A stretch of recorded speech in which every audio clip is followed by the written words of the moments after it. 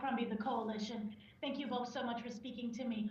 What is interesting, what I want to speak to both of you about is the voices, of finding the voice basically as a personality. Do you go by what is in that scene and how you emote through that voice, or is it led more by the personality of the character overall?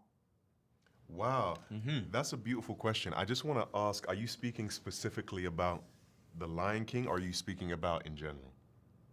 Well, specifically about this movie, The Lion King. Okay, okay. So with the Lions, I think it was definitely something where we were guided by our phenomenal director, the great Barry Jenkins. We were guided by, in regards to the music, the great Lin-Manuel Miranda.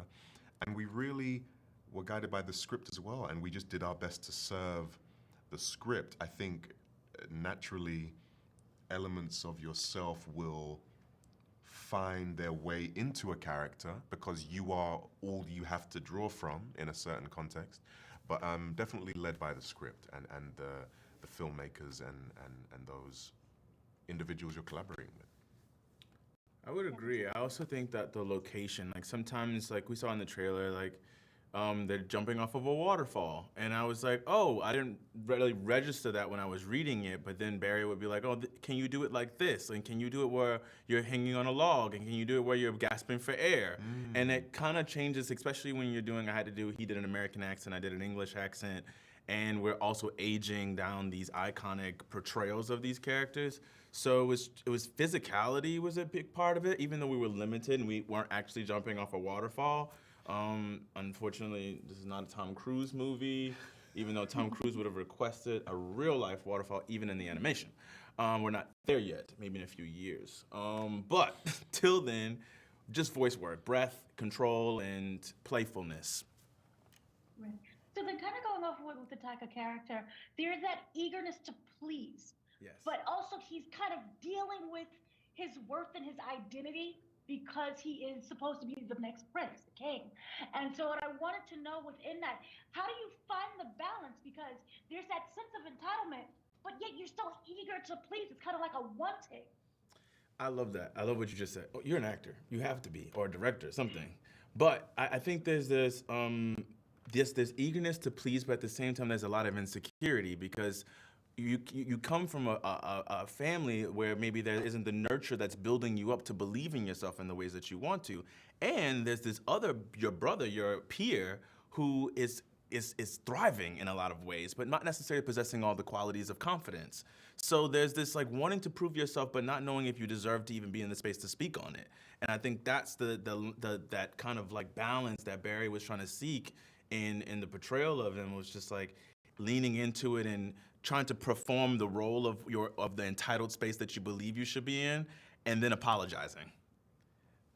So finding that in the voice work was yeah, that was the key.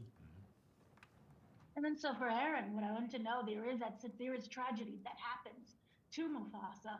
And so there is that kind of loneliness. I was wondering of how does he not find his purpose, but try to remain focused and not to give in so much at that moment to that sense of loss and that sense of depression.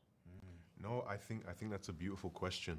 And I think something that this movie does so well in regards to all of the characters, whether it be Taka, Mufasa, Sarabi, whoever it might be, it gives you a deeper insight, it gives you deeper context. And I think, as I've said before, when we first meet Mufasa, he is king, he is self-assured, he is confident, he is loved, he is celebrated, wise.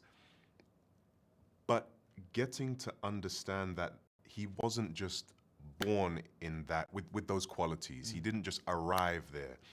It was a long, painstaking journey to discover those qualities within himself.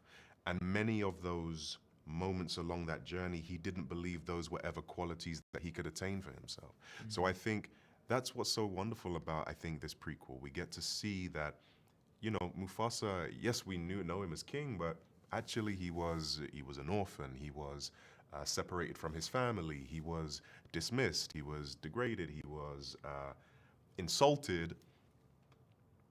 and he had to work and build himself up more or less on his own to get to where he finally ended up. And I think what that can do, we all already love, Mufasa and James Earl Jones's portrayal of him, which is beautiful. But I think it gives a deeper connection knowing that he wasn't just born into it, Well, thank you both so much for speaking to me. Thank you. Thank you. You made me sit up. I really appreciate you. Thank you. Oh, she's so sweet.